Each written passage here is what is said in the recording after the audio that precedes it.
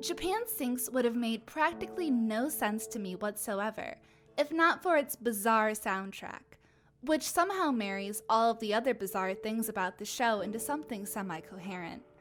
Almost constantly is the presence of this light Sigur Rós-esque ambient track that simultaneously gives too much sentimentality to otherwise dry scenes, and undercuts the tension of otherwise dark and dramatic ones.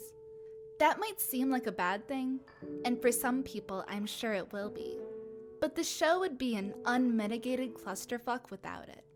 Some have noted its extremely dramatic tone shifts, but given the nature of the situation depicted, this is more or less the point, to display the complete chaos of emotions and events that transpire when society breaks down.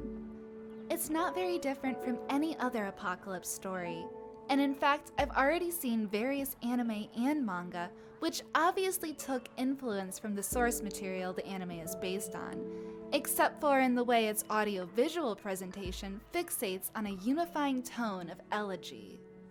Recently, I followed a Twitter account called Images with Elegiac Auras, and I can't shake the feeling that what Japan Sinks is trying to capture is the exact same feeling.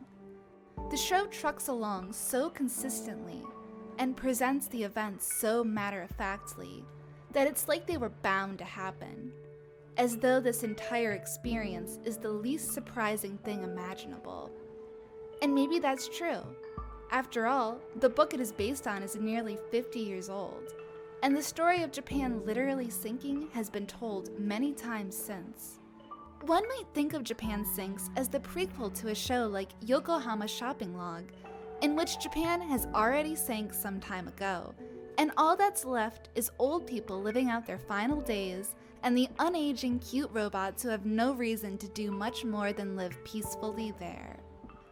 Japan Sinks can be called a story of perseverance, and at its center is the type of young fighting girl whom Japanese culture always chooses to represent the potential of the country's future.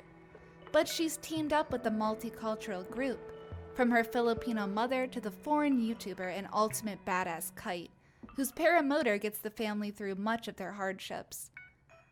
Rather than just the fighting spirit of the Japanese youth, Japan Sinks 2020 wants you to think of Japan's future as being couched in its ability to integrate with the rest of humanity. After all, Japan itself is going to sink. It's just a matter of when, and it always is.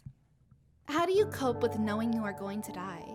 Especially with no evidence to suggest that the things you want to accomplish are even possible, or that anyone you wanted to do them with will be there when you get there.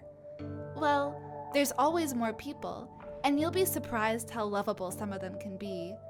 As long as you keep pushing up against the great tapestry and creating ripples, then something will ripple back. But you have to keep pushing constantly. You'll probably just die haphazardly along the way, but it doesn't matter, because if you stop pushing, then all that remains is to slowly sink. If you're not sick of my voice yet, please consider donating to my Ko-fi. For just $2 measly, you get access to hours of exclusive DigiBro vlogs. Make sure to leave a message with your Discord handle. Take care, everyone. Bye.